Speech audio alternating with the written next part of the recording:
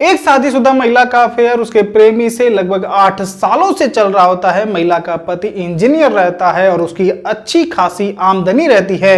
महिला का पति जब कभी भी घर से ड्यूटी के लिए निकलता तो उसकी पत्नी अपने आशिक को घर बुला लेती और फिर दोनों बंद कमरे में शारीरिक संबंध बनाते, एक दूसरे की हवस मिटाते। और जब दोनों की जिस्मानी भूख शांत होती तो महिला अपने आशिक को घर भेज देती, इस डर से कि कहीं उसका पति आ गया तो उसकी सारी पोल पट्टी खुल जाएगी।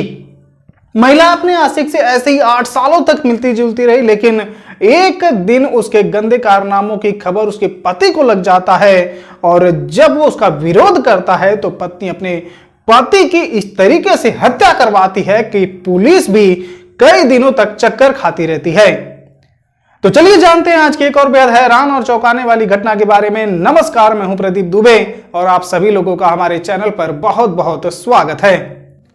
दोस्तों, आज की जो सच्ची घटना है वो है उत्तर प्रदेश के मिर्जापुर जिले के मड़िहान थाना क्षेत्र की, जहां सुमन नाम की महिला अपने पति सनीलेश सिंह के साथ रहती है। सनीलेश वाराणसी में जे&डी कंपनी में मेंटेनेंस इंजीनियर रहता है और इस हिसाब से सनीलेश की अच्छी खासी कमाई रहती है। उधर सनीलेश जब सुबह ड्यूटी के लिए घर से निकलता तो उसकी पत्नी सुमन अपने आशिक विशाल को फोन करके अपने घर बुला लेती है और फिर दोनों बंद कमरे में रंगरेलियां मनाते, एक दूसरे की हवस मिटाते। और जब दोनों की भूख शांत होती तो सुमन अपने आशिक विशाल को वापस भेज देती। सुमन का उसके आशिक के साथ 1-2 महीने या 1 साल 2 साल का अफेयर नहीं रहता, बल्कि सुमन और विशाल दोनों एक दूसरे से 8 सालों से बेइंतहा मोहब्बत करते हैं। और जब कभी भी दोनों का मन होता तो दोनों इसी तरह चोरी छिपे मिलकर एक दूसरे के साथ शारीरिक संबंध बनाकर एक दूसरे की प्यास बुझाते। रोजाना की तरह विशाल सनीलेश के चले जाने पर सुमन से मिलने उसके घर आ जाता है और जब वो सुमन के साथ हम बिस्तर होकर घर से निकलता है कि तभी सुमन का पति सनीलेश आ जाता है और वो विशाल को घर से निकलते हुए देख लेता है। विशाल को घर से निकलते देख सनीलेश को सुमन पर शक होने लगता है कि हो न हो उसकी पत्नी उसे धोखा दे रही है। लेकिन जब वो सुमन से विशाल के बारे में पूछता है कि वो कौन था जो मेरे रहने पर तुमसे मिलने आया था, वो तो सुमन उसकी बातों को घुमा देती है और सनीलेश के बातों का कोई जवाब नहीं देती। लेकिन सनीलेश को समझ में आ जाता है कि सुमन का विशाल के साथ अफेयर चल रहा है और वो उसे धोखा दे रही है। उधर सुमन भी जान जाती है कि अब सनीलेश चुप बैठने वालों में से नहीं है। कुछ दिन बाद जब सुमन के घर सब कुछ नॉर्मल रहने लगा, सुमन और विशाल का मिलना जुलना कुछ दिनों के लिए बंद हो गया, तो सनीलेश को लगा कि अब उसकी पत्नी सुमन विशाल को भूल चुकी है और अब वो सिर्फ अपने पति पर ध्यान दे रही है।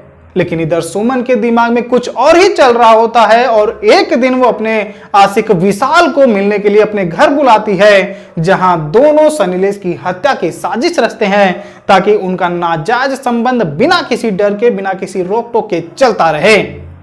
इस हत्या को अंजाम देने के लिए विशाल अपने दोस्त लवकुश को भी अपने साथ ले लेता है।